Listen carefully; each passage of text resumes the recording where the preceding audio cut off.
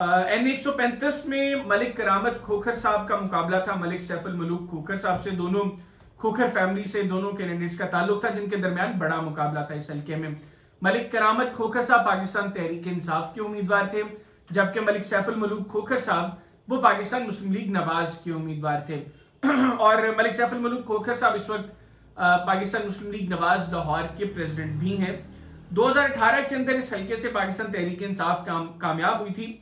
मैं नताइज आपको जो है वो 2018 के बताता हूँ। अमीरुल अजीम साहब इस हल्के से मुत्तहिदा मजलिस अमल के उम्मीदवार थे। वैसे तो जमात इस्लामी से इनका ताल्लुक है, काफी सीनियर रहनुमा है जमात इस्लामी के, लेकिन चूंकि जमात इस्लामी 2018 में MMA की अंदर शामिल थी, तो इस हल्के से MMA के उम्मीदवार थे अमीरुल अजीम साहब। 1093 वोट हासिल किए थे अमीरुल अजीम साहब ने NA135 से, जो अब NA126 है। अमजद अली साहब पाकिस्तान पीपल्स पार्टी के उम्मीदवार थे। 2897 वोट्स उन्होंने हासिल किए थे। पाक सरजमीन पार्टी ने इस हल्के से एक कैंडिडेट मैदान में उतारी थी, जिनका नाम था मरियम रजा। और अब चूंकि PSP जो है वो जम हो चुकी है MQM के अंदर, तो अब डेफिनेटली PSP का तो कोई कैंडिडेट नहीं होगा। बहरहाल 2018 में लाहौर के हल्का NA135 से मरियम रजा पाकिस्तान सरजमीन पार्टी की, पाक सरजमीन पार्टी की उम्मीदवार थी, और उन्होंने 3131 वोट्स हासिल किए थे। तहरीक लब्बैक पाकिस्तान के मोहम्मद अहमद मजीद साहब ने इस हल्के से इलेक्शन कंटेस्ट किया था। 8196 वोट्स उन्होंने हासिल किए थे, और वो तीसरे नंबर पर थे, यानी कि सेकंड रनर अप थे। दूसरा नंबर था मलिक सैफुल मलूक खोखर साहब का, पाकिस्तान मुस्लिम लीग नवाज के वो उम्मीदवार थे। 55,431 वोट्स मलिक सैफुल मलूक खोखर साहब ने हासिल किए थे, और इस हल्के से कामयाब हुए थे पाकिस्तान तहरीक इंसाफ के उम्मीदवार मलिक करामत खोखर साहब। 64,765 वोट्स मलिक करामत खोखर साहब ने हासिल किए थे। अब ये तो था जी 2018 के इंतखाबात के नताइज जो मैंने आपके साथ शेयर किए।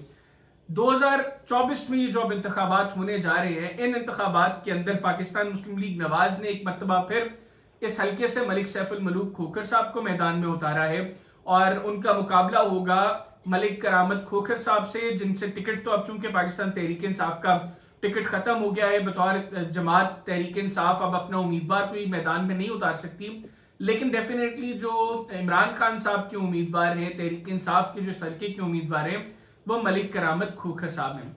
2018 में यह हल्का मुस्लिम लीग नवाज जीत सकती थी, लेकिन जो गलती 2018 में मुस्लिम लीग नवाज ने इस हल्के में की, वही गलती इस मर्तबा फिर मुस्लिम लीग नवाज करने जा रही है।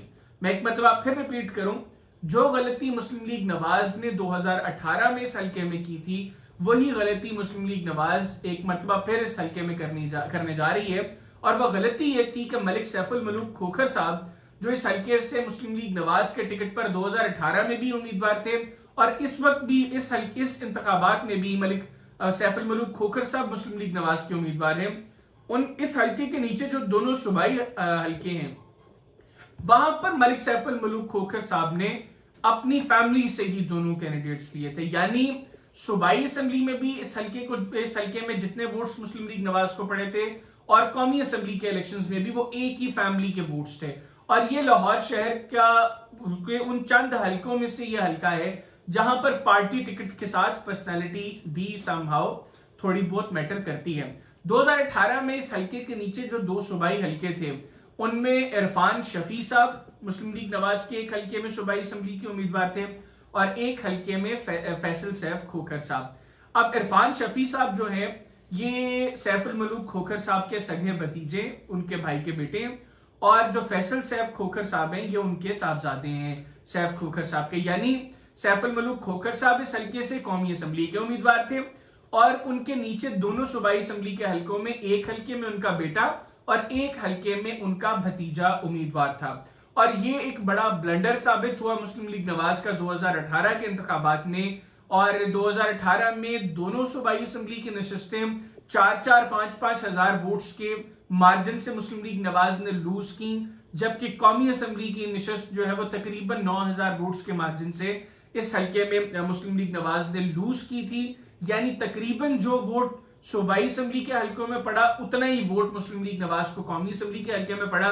और इन हल्कों से अगर सैफुल मलूक खोखर साहब कोई और उम्मीदवार लेकर आते जो अपनी शख्सियत का थोड़ा सा वोट बैंक रखता, तो ये नशस्तें दोनों सूबाई असम्बली के भी और कौमी असम्बली की भी मलिक सैफ मलूक खोखर साहब भी जीत सकते थे, और दोनों नीचे मुस्लिम लीग नवाज 2 नशस्तें सूबाई असम्बली की और जीतने में कामयाब हो सकती थी। अच्छा, ये तो गलती थी 2018 की। इन इंतखाबात में एक मरतबा फिर यही गलती मुस्लिम लीग नवाज ने रिपीट की है।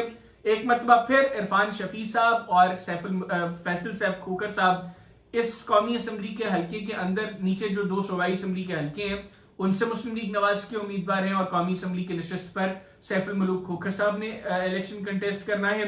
तो वही गलती अब रिपीट करने जा रही है मुस्लिम लीग नवाज, माजी से कुछ सीखा नहीं, और मलिक करामत खोखर साहब वो इसका डेफिनेटली एज लेंगे। एक तो शहरी इलाकों में तहरीक इंसाफ के वोट बैंक में खासा इजाफा हुआ है, इसका एज होगा करामत खोखर साहब को। सेकेंडली, ये जो 2 गलत फैसले सूबाई असम्बली की सतह पर मुस्लिम लीग नवाज ने लिए हैं, इसका भी एक इम्पैक्ट जो है नेगेटिव इम्पैक्ट जाएगा कौमी असम्बली की सीट पर भी। तो हमारा एनालिसिस है कि इन तमाम चीजों को सामने रखते हुए 2024 में जो इंतखाबात होने जा रहे हैं, NA 126 जो कि साबका हल्का NA 135 था, इस हल्के में मुस्लिम लीग नवाज शिकस्त खा सकती है, और इस हल्के में पाकिस्तान तहरीक इंसाफ के उम्मीदवार के जीतने के काफी चांसेस हैं। तहरीक इंसाफ के उम्मीदवार से मतलब वो उम्मीदवार जो अब आजाद हैसियत में इलेक्शन कंटेस्ट करेगा, लेकिन उसको बैक होगी पाकिस्तान तहरीक इंसाफ की। ये आज के सर्कमस्टांसेस के हवाले से, जो आज सर्कमस्टांसेस हैं, जो आज माहौल है, उनके मुताबिक हम आपके साथ ये चीजें शेयर कर रहे हैं।